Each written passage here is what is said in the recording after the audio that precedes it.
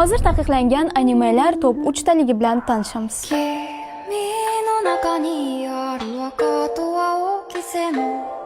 Birinchisi dunyo bo'ylab ko'plab tomoshabinlarga ega bo'lgan o'sha mashhur Titanlar hujumi. Sujetda insoniyatga qonxo'r, ulkan odamga o'xshash jonzotlar, ya'ni Titanlar hujum qiladi. Xitoy rasmiylari bu animeni haddan tashqari zo'ravonlik va qonxo'rlik sahnalari tufayli yoshlar uchun xavfli deb topishgan. Keyingisi o'lim daftari. 2007-yil Yaponiya madaniyat vazirligi so'rovnomasida barcha zamonlarning eng yaxshi mangalaridan joy olgan bu animeda o'lim daftariga kimning ismi yozilsa, o'sha odam o'limga mahkum qilinadi. Anime o'zida hokimiyatni suiiste'mol qilish, yaxshilik va yomonlik o'rtasidagi chegara, axloqiy savollar kabi og'ir mavzularni ko'taradi. Ushbu animening taqiqlanishiga asosiy sabab maktab o'quvchilarining o'lim daftarlariga o'xshash daftarlar tayyorlab, ularni o'yin sifatida o'ynay boshlagani. Va birinchi o'ringa janob Arashining Maxluqlar tomoshasi. Ushbu anime ko'plab mamlakatlarda, Xitoy, Saudiya Arabistoni, Indoneziya va Yaponiyada kuchli senzura sabab